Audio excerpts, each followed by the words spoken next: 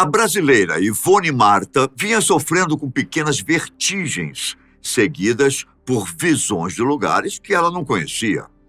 A frequência dessa sensação aumentava e ela não se sentia nada bem com isso. Procurou ajuda médica e psicológica, mas não adiantou.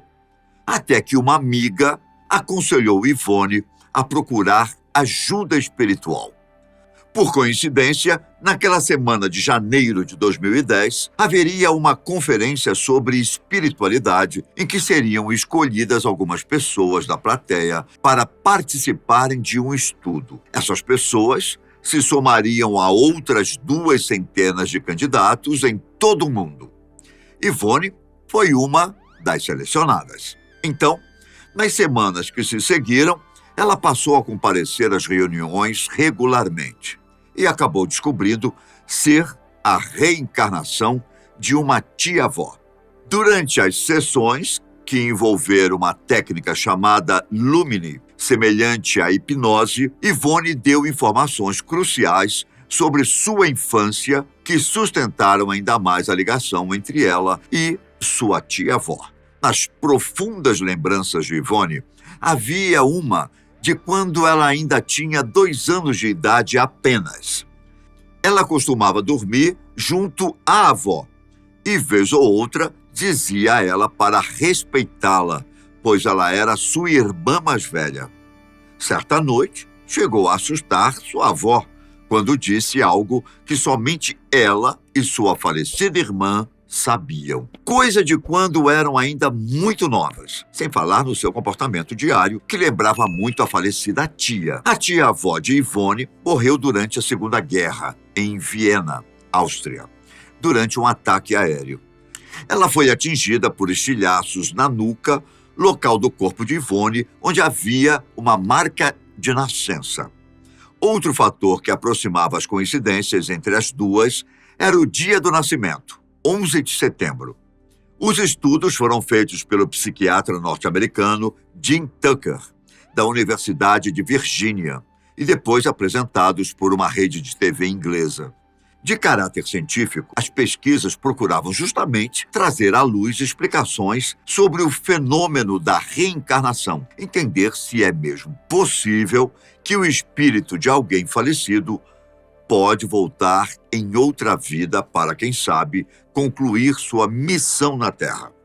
De acordo com Tucker, mais de 200 pessoas apresentaram características que levam a crer que são reencarnações de alguém do passado. No Brasil, a Universidade Federal de Juiz de Fora desenvolveu um projeto no qual se pretende, por meio de entrevistas como as feitas por Tucker, selecionar cerca de 350 candidatos para um levantamento mais preciso acerca da reencarnação. Segundo disse em entrevista, o coordenador do Núcleo de Pesquisa em Espiritualidade e Saúde da Universidade, Dr. Alexander Moreira de Almeida, o Brasil é um país de grande destaque nos campos de espiritualidade e da saúde, e há um interesse crescente na área acadêmica acerca do assunto. Em um outro caso envolvendo também uma brasileira, a qual vamos chamar de Clarice, os sinais de uma possível reencarnação foram bem visíveis, além de, claro, levantar suspeitas de alguns estudiosos. Clarice teve uma doença logo aos 20 dias de vida. Os médicos não souberam explicar nem a causa, nem muito menos porque ela simplesmente desapareceu 2 meses e meio depois para não mais voltar. Contudo, Clarice cresceu com marcas estranhas no corpo, que, segundo os médicos, seriam resultado da doença que ela teve.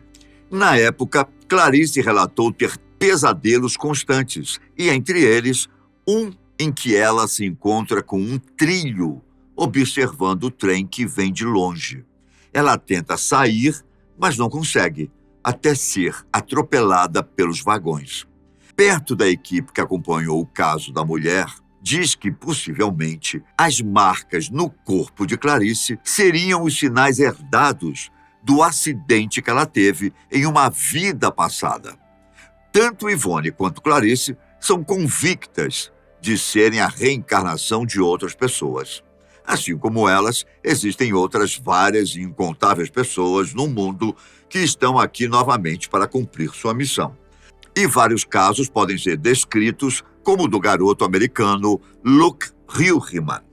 Aos 5 anos de idade, o garoto começou a ter muito medo de altura e não se aproximava de nada que estivesse em chamas. Do nada passou a nomear objetos e seus brinquedos de Pan e a dizer coisas sem nexo para sua mãe, como: quando eu era uma garota, eu tinha cabelo preto, ou eu costumava ter brincos iguais a esse quando eu era uma menina. Sua mãe, Érica, via tudo isso de forma natural, até que um dia ela perguntou quem era Pan. A resposta veio como um sopro gelado e medonho. Eu sou Pan, mas morri. Eu fui para o céu, eu vi Deus e ele me mandou para cá. Quando eu acordei, eu era um bebê e você me chamou de Luke. Mesmo assustada, a Érica pediu mais detalhes da história ao filho, o que a deixou ainda mais surpresa devido à riqueza de detalhes. Luke contou à mãe que vivia em Chicago e que se encontrava em um edifício que se incendiou. Com falas e gestos ansiosos e rápidos, naturais para a criança naquela idade, Luke deixou transparecer que, para fugir do fogo, ele teria pulado através da janela. Isso explicaria o medo de altura e fogo que ele tem? Érica perguntou a si mesma. Curiosa, ela foi atrás de informações. Ela acabou encontrando notícias sobre um incêndio ocorrido em 1993 no Hotel Paxton, em Chicago, no qual morreram mais de uma dezena de pessoas, inclusive uma mulher de 30 anos chamada Pamela Robinson. Intrigada com tudo aquilo, a prova cabal para Érica veio quando perguntou ao filho qual a cor de sua pele quando era a Pan. O garoto, na maior ingenuidade do mundo, respondeu: negra, claro. Casos assim existem aos montes. Porém, o fato dos seus protagonistas serem geralmente desacreditados é que os tornam desconhecidos. De acordo com o Espiritismo, a reencarnação é um processo base da doutrina e é a maneira da qual dispomos para evoluirmos espiritual e repetidamente, até que estejamos preparados o suficiente para alcançarmos um plano mais profundo e transcendente. Quando reencarnamos nosso espírito, que se encontrava em um estado de repouso ou recuperação pós-desencarnação, é destinado a um corpo futuro, com o qual poderemos nascer na mesma família ou não. De alguma forma, mas não necessariamente, reencontraremos pessoas de nossa convivência passada, reencarnadas ou não, a fim de resgatarmos algo que ficou para trás ou ainda cobrir a terrível lacuna que deixamos com nossa ausência. Só que, geralmente, a reencarnação tem um propósito espiritual e evolutivo, mas não é só o Espiritismo que busca estudar a possibilidade de vidas passadas. Há uma área da psicologia que vem estudando sobre vidas pregressas para tentar compreender melhor não só o comportamento humano, como também sanar problemas pessoais, como fobias e traumas. Para isso, usa um método denominado TVP, ou Terapia de Vidas Passadas, também chamado de terapia de regressão. O método empregado pelos profissionais é a hipnose, valendo-se de inúmeros princípios científicos para embasarem a prática. A TVP pressupõe que o ser humano tem uma mente física e várias outras consciências multidimensionais que atravessam o metafísico. Além disso, essa técnica considera que parte do que armazenamos de experiências está contido na memória extracerebral. A hipnose vem como um recurso para expandir a consciência do paciente, de forma que ele entre em contato com as memórias que, na vigília, ele não conseguiria acessar. Esse tipo de procedimento consegue restabelecer a memória do paciente com grande eficácia, quando se trata da vida atual da pessoa. Mas será que isso explicaria ou conseguiria comprovar ou até mesmo alcançar uma vida em outra época e em outro lugar? Até mesmo entre os psicólogos há divergências nesse sentido. Alguns céticos dizem que a hipnose é tão limitada quanto a quantidade de vezes que você nasce.